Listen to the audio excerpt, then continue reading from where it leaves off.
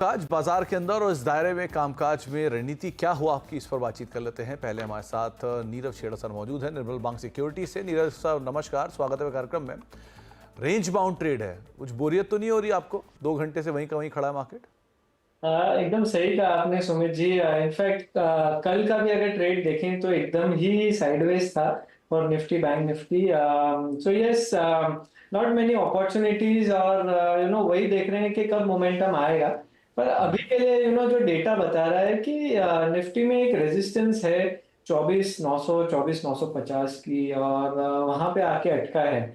जब तक अभी 24,900 25,000 क्रॉस नहीं कर जाता निफ्टी, तब तक थोड़ा बहुत सेलिंग या फिर कंसोलिडेशन ये रेंज में रहेगा। अभी जो ट्रेड है वो बैंक निफ्टी में है, क्योंकि बैंक निफ्टी में काफी सारे शॉर्ट्स थे और वो कवर होते हुए अभी दिख रहे हैं पिछले 2-3 दिनों में। आज थोड़ा सा दायरे में है, बट डेफिनेटली बिलीव कि यहाँ से बैंक निफ्टी और ऊपर जा सकता है। 51,600 52,000 के जो लेवल्स हैं वो आ सकते हैं, क्योंकि बहुत सारी short covering most of the banks में दिख रही है। तो करंट लेवल से अगर 2-3 दिन का ट्रेड किसी को करना है तो बैंक निफ्टी में करना चाहिए। आपका फ्यूचर में स्टॉप लॉस रहेगा 50,750 का, 51,600 पहला टारगेट रहेगा। नीरज सर, ऐसा मार्केट नहीं है कि कोई दोपहर दोपहर काम हो, आप ब्रेक हो करके चले आओ, वहीं का वहीं खड़ा है 2 घंटे से बाजार? कुछ स्टॉक स्पेसिफिक एक्शन है क्या?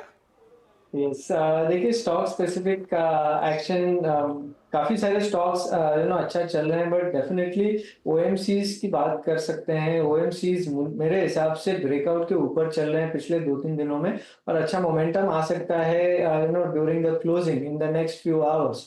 तो मेरे हिसाब से आईओसी ओएमसीज में से खरीद सकते हैं, करंट लेवल्स पे खरीद सकते हैं। 170 का बढ़िया सपोर्ट है, वो आपका स्टॉप लॉस बनेगा।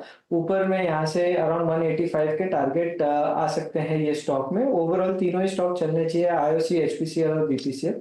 दूसरा जो स्टॉक है वो है रेडिंगटन। देखिए रेडिंगटन पिछले 2 महीनों में कंसोलिडेशन में रहा, मगर अभी जाके उसने 50 डे मूविंग एवरेज ब्रेक किया है, और उसके बाद ऐसा लग रहा है कि यहाँ से अच्छी बाइंग आ सकती है। वॉल्यूम भी थोड़े कम थे ये कंसोलिडेशन में, अभी थोड़े बढ़ते हुए दिख रहे हैं पिछले 2 दिनों में। आई बिलीव यहाँ से आप रेडिंगटन खरीद सकते हैं 220 के टारगेट के साथ में। 203 रुपए का आपका स्टॉप लॉस रहेगा। 203 का स्टॉप लेके 220 के टारगेट्स के लिए रेडिंगटन को आप लॉन्ग साइड पे देख सकते हैं। और दूसरा नाम आईओसी, जो कि आपको नीरव सर बता रहे हैं, जिसके ऊपर भी आप दांव लगा सकते हैं। चलिए अब बात कर लेते हैं मिड कैप शेयरों की, जहां पर थोड़ा एक्शन है। तो आज मिड कैप इंडेक्स तो बिल्कुल दायरे में है, बिल्कुल फ्लैट कामकाज कर रहा है, करीब करीब फ्लैट टू नेगेटिव साइड पे मिड कैप इंडेक्स में ट्रेड होता हुआ दिखाई पड़ रहा है। लेकिन स्टॉक स्पेसिफिक स्टोरी काफ़ी ज़्यादा है। इंडस्ट्री, अगर आप ऑटो इंस्टलरी देखेंगे तो इगाराशी मोटर करीब 3-3.5% ऊपर कामकाज कर रहा है। जीएनएक्सएल 2% ऊपर है। राणे इंजन, राणे ग्रुप में पूरे हम पाएंगे आज 8-9% के आसपास ही तेज है। सुंदरम ब्रिक्स करीब 14-14.5% के आसपास ही खरीदारी यहाँ पर देखने को मिल रही है।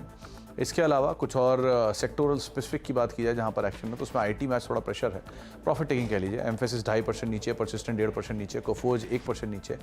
फर्स्ट सोर्स करीब 314% के आसपास की बढ़त की गिरावट यहाँ पर है। मिड कैप के चढ़ने वाले शेयरों में नाइका 8% ऊपर, फोर्टिस हेल्थकेयर 4.5% ऊपर, डिक्सन टेक 3% ऊपर कामकाज कर रहा है, और टाटा टेक भी करीब 3% के आसपास की बढ़त के साथ सो फार ट्रेड करता हुआ दिखाई पड़ रहा है। और मिड कैप में गिरने वाले शेयरों में मैक्रोटेक डेवलपर 4.5% नीचे, दीपक नाइट्राइट 3-3.5% नीचे, आईजीएल 3% नीचे, और एम्फेसिस करीब 2.5% के आसपास की बिकवाली यहाँ पर भी आते हुए दिखाई पड़ रही है। नीरव सर, आज 2-3 स्टॉक्स में से एक डिक्सन टेक देखिए अच्छी तेजी में है, इंटरग्लोब एविएशन एफ&ओ का टॉप गेनर है, इनमें क्या करना चाहिए? देखिए डिक्सन बहुत बढ़िया पैटर्न है ये स्टॉक का। Higher top higher bottom formation बनाते जा रहा है। देयर इज अ चांस कि यहाँ से 1550 के लेवल्स आ सकते हैं, जो हिसाब से इसका ओवरऑल पैटर्न है। तो यहाँ से आप डिक्सन टेक जरूर खरीद सकते हैं। एक कंसोलिडेशन ब्रेकआउट भी आया है आज के दिन में, तो इसे खरीदिए। नीचे में अभी उसका जो बढ़िया सपोर्ट है 12,800 का है, तो वो आपका स्टॉप लॉस बनेगा। इंटरग्लोब एविएशन की बात करें तो at this point of time even this stock is about the breakout. एक फ्लैट काइंड ऑफ फॉर्मेशन बन रहा था, जिसका ब्रेकआउट आया है ये स्टॉक में, और ब्रेकआउट आया है 4550 पे। यहाँ से ये स्टॉक 5100 तक जा सकता है in terms of the next 5-7 days, और वो टारगेट के लिए आप खरीद सकते हैं। 4550 का स्टॉप लॉस लगाइएगा, but on a closing basis. तो 4688-87 के जोन्स में इंडिगो कामकाज कर रहा है, डे हाई के आसपास सोफा ट्रेड करता हुआ दिखाई पड़ रहा है। लेकिन दिग्गज ब्रोकरेज फर्म जेपी मॉर्गन ने टू व्हीलर कंपनियों पर रिपोर्ट निकाली है। इस रिपोर्ट में जेपी मॉर्गन ने टीवीएस मोटर्स, बजाज ऑटो पे काफ़ी बुलिश है। इस रिपोर्ट पर बातचीत करने के लिए हमारे साथ आज टीवी 18 से निमेश सर मौजूद भी हैं। निमेश भाई नमस्कार। कैसे क्या कह रहे हैं ब्रोकरेज हाउसेस के नोट और क्या लग रहा है? सो सुमित, जेपी मॉर्गन का जो नोट आया है आज, वो बहुत ज़्यादा बुलिश है टू व्हीलर्स पे compare to the four wheeler space.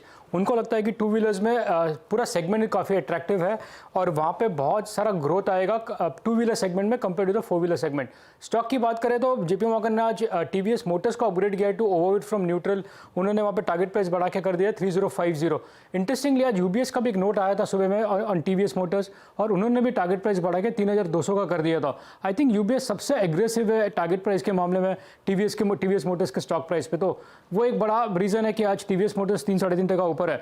दूसरा स्टॉक जो जेपी मॉर्गन ने आज थोड़ा सा अपग्रेड किया है, not from a rating point of view but stock price point of view से, जो उनका रेटिंग ओवरवेट ही रहा है बजाज ऑटो पे, पर उन्होंने टारगेट प्राइस बढ़ा के 11,225 का कर दिया है और बजाज ऑटो पे।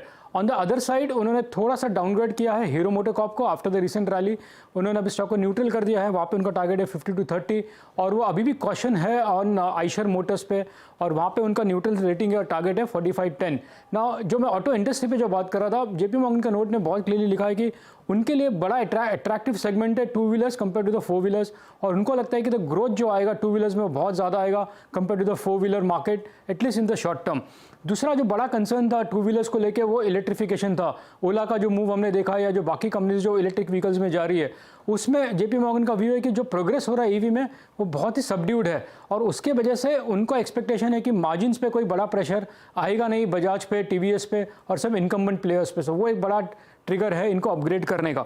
दूसरा टीवीएस मोटर्स पे स्पेसिफिकली जेपी मॉर्गन लिखता है कि दे आर उनको बहुत कॉन्फिडेंस है, जो मार्केट शेयर का रेजिलियंस टीवीएस मोटर दिखा रहा है उसके चलते ब्रोकरेज हाउस ने उसका अर्निंग्स का एस्टिमेट कम से कम 5 से 18% बढ़ा दिया है फॉर FY26 एंड FY27।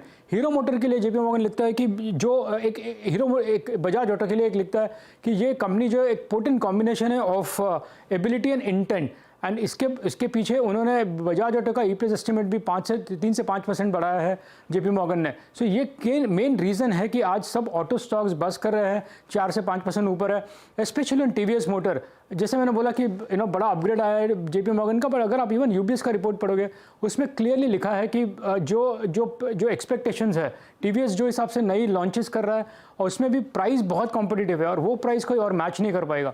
ये एक मेन रीज़न है कि यूबीएस हमेशा से टीवीएस पे बहुत बुलिश रहा है और टारगेट प्राइस बढ़ाया। पर आज का मेन रीज़न है जेपी मॉर्गन ने जो नोट आया सुबह में, जहाँ पे उन्होंने हीरो मोटर को डाउनग्रेड किया बट टीवीएस मोटर्स को अपग्रेड किया है और बजाज ऑटो पे जोर से टारगेट प्राइस बढ़ा के 11,225 का कर दिया है। इनफैक्ट दोनों पर रिएक्शन भी है, बजाज ऑटो 4% ऊपर और टीवीएस मोटर भी 3.5-4% की तेज़ी के साथ कामकाज कर रहा है। बहुत बहुत शुक्रिया निमेश भाई हमारे साथ मौजूद रहने के लिए और इस नोट पे पूरी तरह से डिटेल में हमसे चर्चा करने के लिए। ब्रेक का वक्त हो गया है, ब्रेक के बाद लौटेंगे और नीरव हमारे साथ मौजूद रहेंगे, उनसे कुछ और स्टॉक्स से बातचीत करेंगे, कुछ और अहम खबरें भी हैं उन पर बातचीत करते हैं छोटे से ब्रेक के उस पर।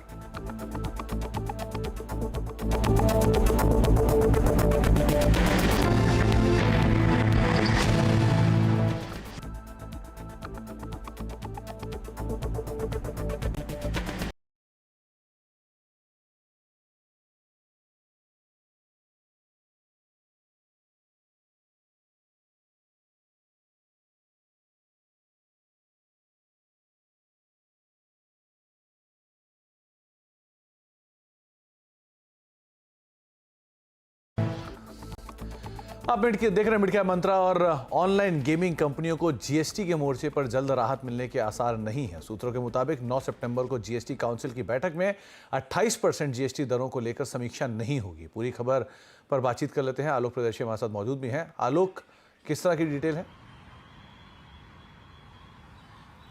बिल्कुल, देखिए जो ऑनलाइन गेमिंग कंपनियां लंबे समय से जीएसटी के मोर्चे पर राहत का इंतजार कर रही हैं, उन्हें इस बार की जीएसटी काउंसिल की बैठक से भी निराशा हाथ लग सकती है, क्योंकि जब जीएसटी लागू हुआ था 28% पिछले साल 1 अक्टूबर को, तब जीएसटी काउंसिल में कहा गया था कि हर 6 महीने में इन दरों की समीक्षा की जाएगी। लेकिन जो हमें सूत्र बता रहे हैं कि 9 सितंबर को जो जीएसटी काउंसिल की बैठक होने वाली है उसमें इन दरों पर फिलहाल कोई रिव्यू नहीं होगा। हालांकि पूरे सेक्टर में जो ऑनलाइन गेमिंग सेक्टर है उसमें डेवलपमेंट और जो रेवेन्यू कलेक्शन और साथ ही साथ जो कंप्लायंस है, इस मुद्दे पर एक स्टेटस रिपोर्ट जरूर रखी जाएगी जिस पर चर्चा हो सकती है। तो कुल मिलाकर जो ऑनलाइन गेमिंग कंपनियां हैं उन्हें जीएसटी के मोर्चे पर जो 28% है उस पर रिलीफ के लिए लंबा इंतजार करना पड़ेगा।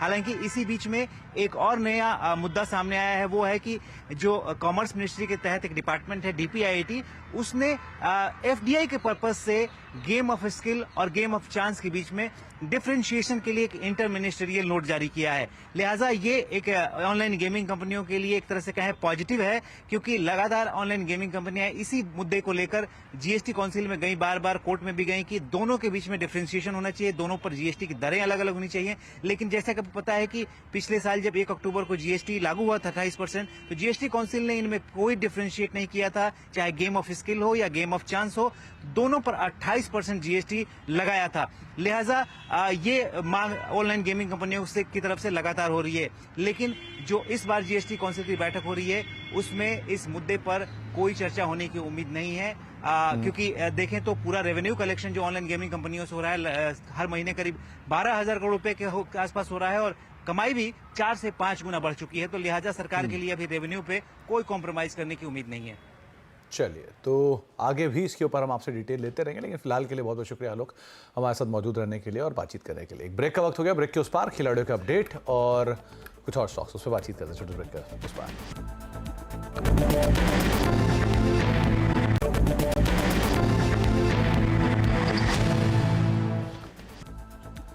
आप देख रहे हैं मिड कैप मंत्रा और बाजार बिल्कुल फ्लैट, सुस्त मार्केट और सुस्त मार्केट के बीच में आज खिलाड़ियों के चुस्त रिटर्न, लास्ट डे है। सो किस तरह के रिटर्न है वो भी देख लीजिए। जाने से पहले जेएम फाइनेंशियल की सोनी पटनायक, आईडीबीआई कैपिटल के ब्रजेश आयल और मंत्री फिनमार्ट के अरुण मंत्री के बीच में मुकाबला हुआ है इस हफ्ते में, और सो फार पूरे हफ्ते में डोमिनेट करते हुए ब्रजेश, इनका रिटर्न बहुत ही स्ट्रांग रहा। पूरे हफ्ते में करीब 20% के आसपास का रिटर्न है।